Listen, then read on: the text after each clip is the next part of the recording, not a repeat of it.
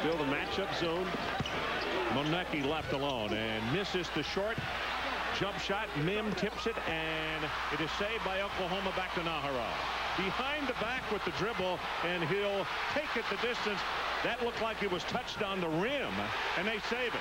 Looked like basket interference. They got away with it. That's what I'm saying. He touched it on the rim, but they are unable to come away with the points. Boy, Najera would have brought this house down with a behind-the-back dribble at half court, but he missed the gimme. Beck with sore hands. Oh, he missed one point blank. He's a gamer. Wagner inside to Mim. They get the quick double on him. Back to Wagner for three, and in and out won't go. Najera, the outlet pass, and here comes Raymond. How about the outlet by Najera? The simple quick turn and the pitch ahead. Deafening. Very hard to hear. Everybody standing and cheering.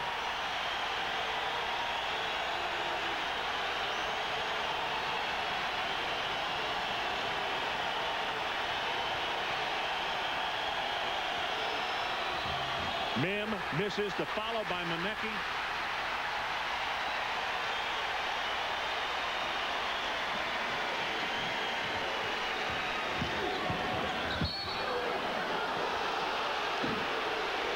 Offensive foul, and we'll take a break. 5:44 left until halftime. Oklahoma by 8. Oklahoma by 8 with 5:44 left until halftime. But in the current issue of ESPN, the magazine, Mas Macho, NBA scout see Eduardo Najera of Oklahoma as a sixth man, but he's #1 in his native Mexico. Check it out on the newsstands now. Mas Macho.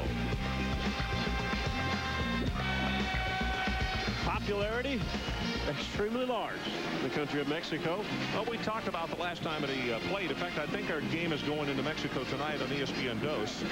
And he really is. He is like a matinee idol down there. They know his name, and they keep up with what Oklahoma does. Has turned a lot of kids from soccer to basketball in his native country.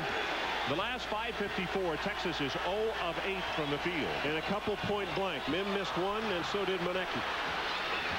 Stone knocks it away from Mim. Oklahoma a step quicker to every loose ball, Ron.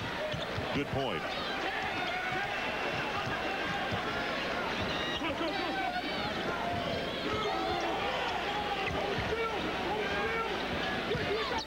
Owens against Najera. Kisses it off the glass, and Owens was right up in his face. Yeah, Owens not big enough, probably not strong enough to handle Najera on the post. Good spin, good quickness down there. Mim a half-second late to block it. Kelly to Owens, blocked by Najera. Play back to Mim. Goes into a double team, and it probably is going to be Johnson who will pick up the foul. It's his second. Take a look at the work on the post. Najera again likes to have the defender on his back, so he understands where he is, how he can spin it. Blocked defensively by Najera. Smart decision by William Clay to go right back inside to Chris Smith.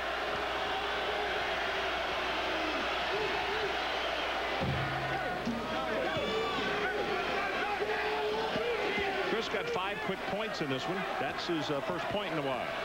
Has improved his free throw shooting. About 70% this year. Conference play almost 78%. Complete player. Gets them both. 27-19 Oklahoma.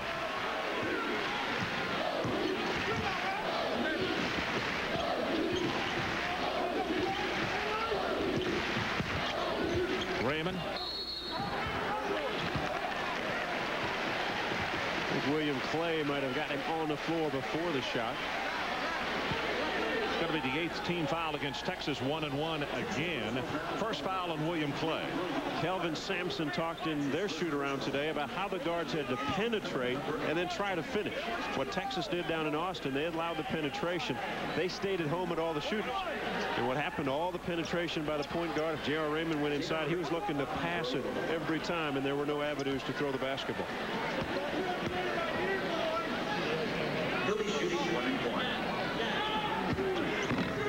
In and out. missed the front end of the 1-and-1. He was 3 and 4 prior to that one. Kelly was out on the wing. He wanted him to break it out and getting the ball to Mim for 3.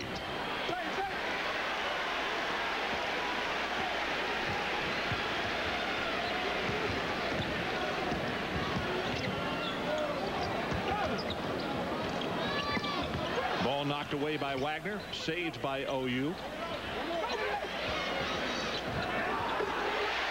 Johnson just inside the 3-point line. Well, good unselfish ball movement. Three guys had attempts and they passed it to a teammate. Largest lead of the night by the Sooners. It's double figures. 10. Kelly left alone for 3. Owens follows, and he has an opportunity for a 3-point play.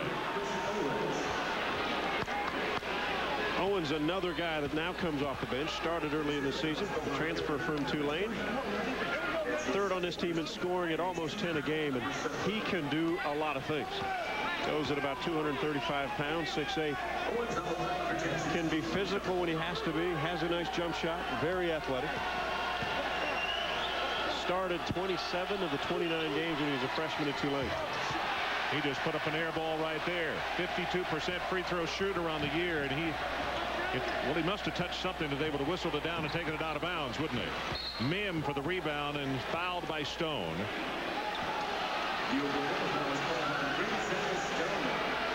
First foul on Rinzai Stone, and 18 fouls against the Sooners. Somewhat of a quick shot by Najera. Not that you don't mind him shooting. When they came down offensively, there was lack of communication on Longhorn defense, and Eduardo simply took it and casted it before looking. He could have gone in a couple of steps. He probably could have had an avenue and an easy lane to the basket. His three-point shooting has not been good this year. We mentioned right about 21%. Wyatt comes back in, and Owens will go to the bench.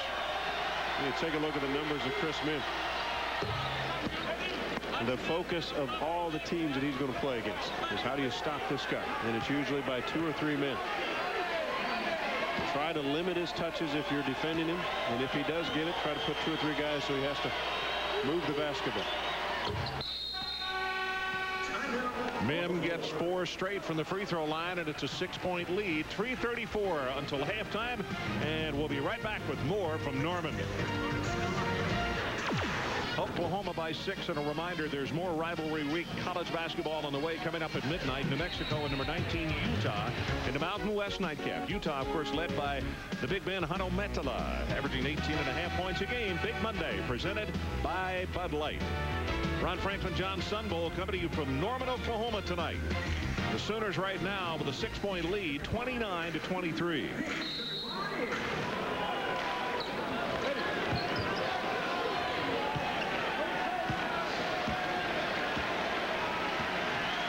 Kelly out front to meet Raymond.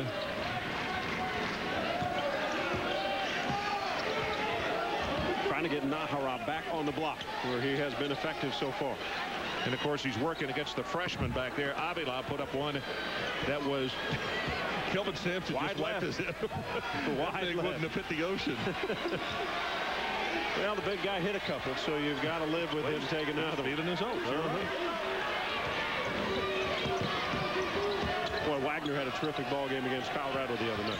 15 points, 5 assists, 5 steals, 5 rebounds. Probably his best game in a Longhorn uniform.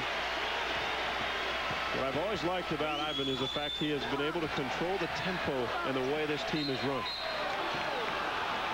Foul against Newton. Coming up on the Courtyard by Marriott halftime report.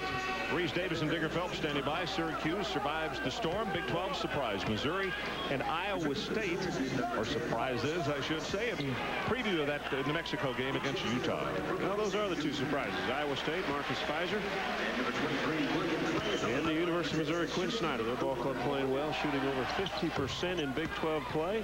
Have won 5 in a row. Be interesting to see what happens when they go on the road. They have had that nice nest at home, and it's been very good to them. The road can be something different in conference play. 2 ball games this week at Colorado on Wednesday night, and then at Nebraska. Danny Nee's ball club has a week off to prepare for the Tigers. Texas down by 10 a moment ago. They've cut it back to 4. Raymond and Kelly did a good job getting around the screen to stay on him. Raymond 9 early points and only 2 since then. Najera against Wyatt, and he scores it with the left hand. Big difference from Eduardo when he's 20 feet from the hoop or when he's on the block. Extremely effective.